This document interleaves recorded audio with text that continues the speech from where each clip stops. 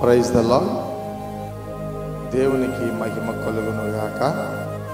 మీ అందరికీ లోకరక్షకుడు యేసుక్రీస్తు ప్రశస్తమైనటువంటి నామములో నా యొక్క హృదయపూర్వకమైనటువంటి వందనాలు తెలియచేస్తా ఉన్నాను. ప్రియులారా, మీరు ఈ థంబ్నెయిల్ చూసి మీరు కొద్దిగా ఆశ్చర్యపడి ఉంటారు. దానికి క్లుప్త వివరణ ఇవ్వడానికి నేను మీ ఎదుట ఉన్నాను. ఇది కత్తి పట్టిన హోసన్నా మినిస్ట్రీస్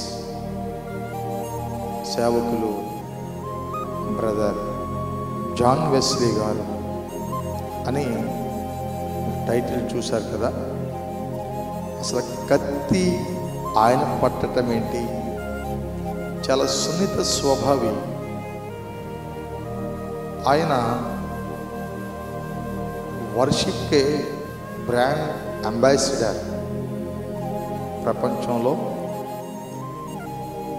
ఆయన చేస్తున్నటువంటి వర్షిప్ ఆరాధన మరెవ్వరు కూడా చేయలేరు.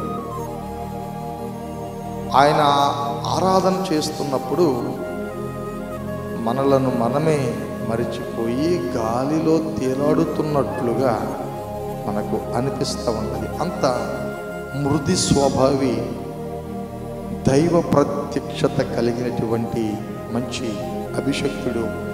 Is the ambassador for worship.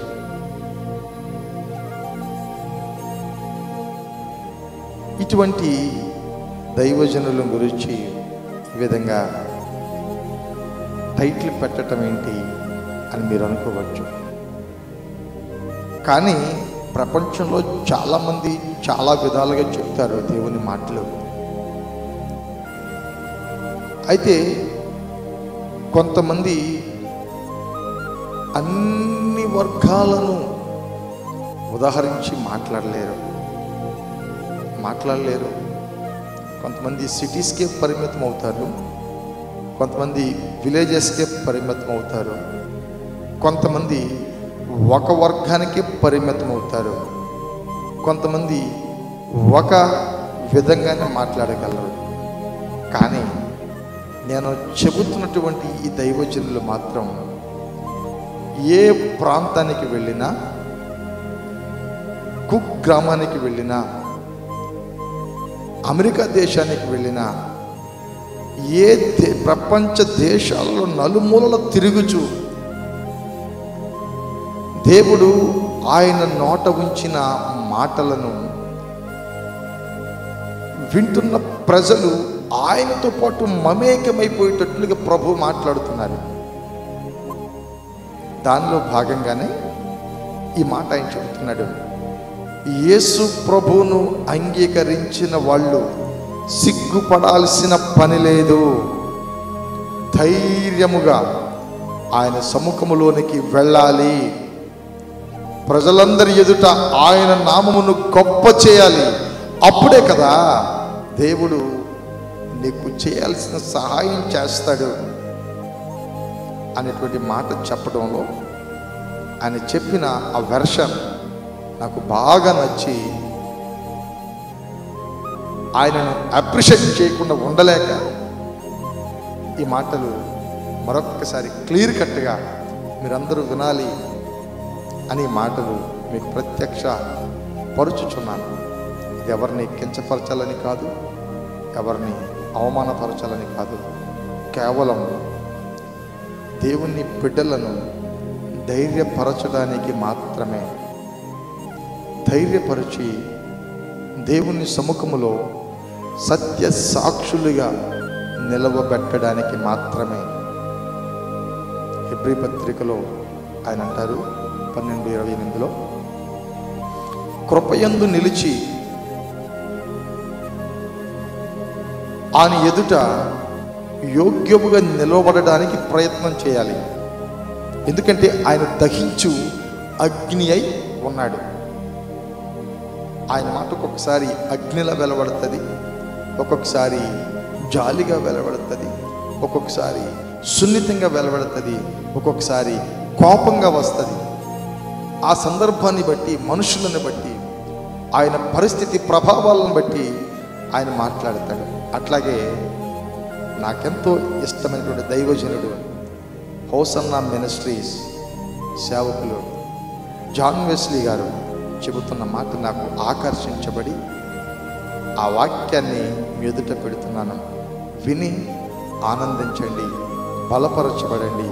ఒకవేళ మీకేమైనా డౌట్స్ ఉంటే నాకు కామెంట్స్ రూపంలో కానీ లేకపోతే నాకు కాల్ చేసి కానీ మీరు మాట్లాడవచ్చు. ఈ పరిచర్యను ప్రభు మహిమ కొరకు జరిగించేటట్లుగా మీకు నచ్చినట్లయితే ప్రార్థన చేయండి. ప్రార్థనతోటి సహకరించి ఈ కృపా సన్నిధి మినిస్ట్రీస్ని ప్రోత్సాహపరచండి. దేవుడు మిమ్మలను దీవించుగాక. ఆమేన్. కొడవలి కాంతారా ఉన్నట్టున్నాడు బిడ్డ. కొడవలే సైకిల్ ఆపి, ఇగో ఆదివారం ప్రార్థనకు టైం అయింది, చేతిలో కొడవలు పట్టుకున్నావు, ఏంటి సంగతి? నేను ప్రార్థనకు రావట్లేదు, నువ్వు ఏంటి కొడవలు పట్టుకుని పొలానికి వెళ్తున్నావా? రెండు డబుల్ కూలీ ఇస్తానన్నారు ఏంటి వాళ్ళు? కాదు బాబా, చెప్పేది వినో. ఏంటి చేతిలో కొడవలు పట్టుకోమని, ఏంటి నీ మాట వినేది ఏంటి ముసల్దానా? అయ్యా ప్రార్థనకే వస్తున్నా, ఎందుకు? ఎవరు పేక్ కోద్దామని? ప్రార్థనకే వస్తున్నారు కొడవలు పట్టు, ఎవరు పేక్ కోసేద్దామని? పేక్ కోయడానికి కదయా, ప్రార్థనకే. ప్రార్థనకు వచ్చాడు, బైబిల్ ఏది? గోడి ముసలం కదండి, చిన్న బైబుల్ ఉండేది ఆ మధ్య, ఎర్రట్ట బైబుల్, ఎర్రట్ట చిన్నది,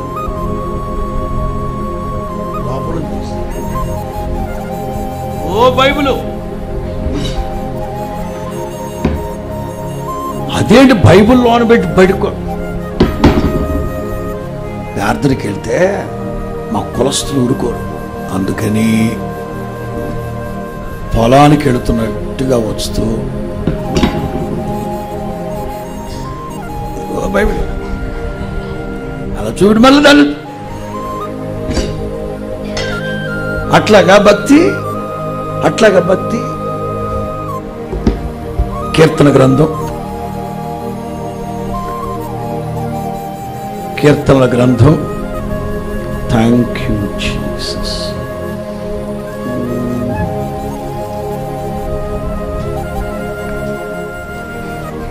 నరులందరి ఎదుట, ఎక్కడది? దేవునికి స్తోత్రం. ఆయన 30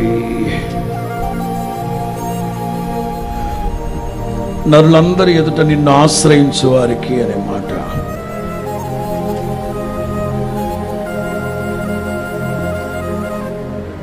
యా 31వ కీర్తన 19.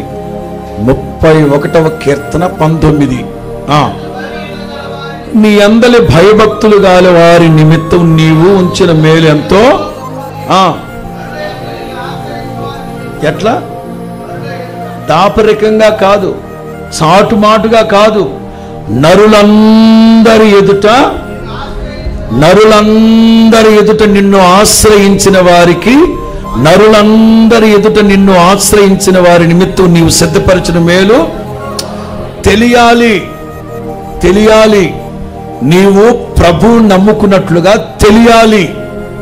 అయ్యగారు మీకేం బాగా నువ్వు చెప్తారు, తెలిసాక ఎన్ని సమస్యలు, ఎన్ని పోరాటాలు ఉంటాయో తెలుసా అయ్యగారు?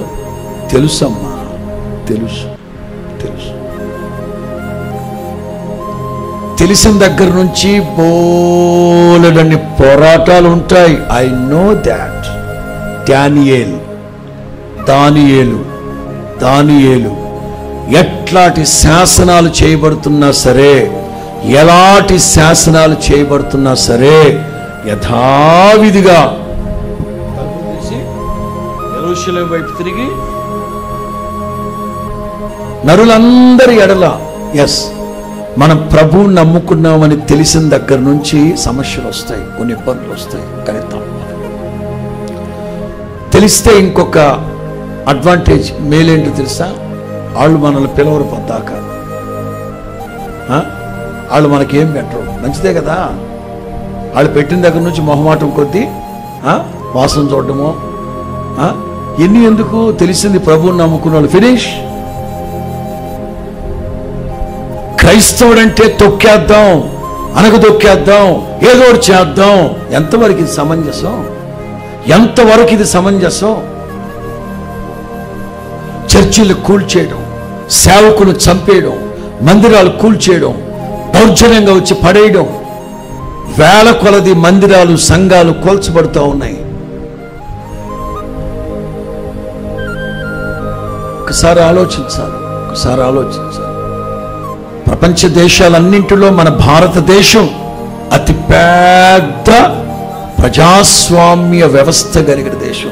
మన దేశంలో మనం ఎంత ఐక్యముగా ఉన్నామో చూసి ఓర్వలేక ఆ పాకిస్తానోడు, బంగ్లాదేశ్ ఒకడు, పాకిస్తానోడు ఒకడు, ఇంకొకడు, ఆడొకడు, ఈ చపాతి మొహం చైనా వాడు, కప్పలు తినే కంపు మొహం వాడు, ఆడు కూడా మన మీద ఎత్తిపడుతున్నాడు.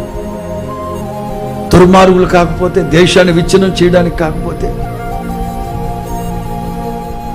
నీవు ప్రభువుని నమ్ముకున్నట్లుగా తెలియాలి.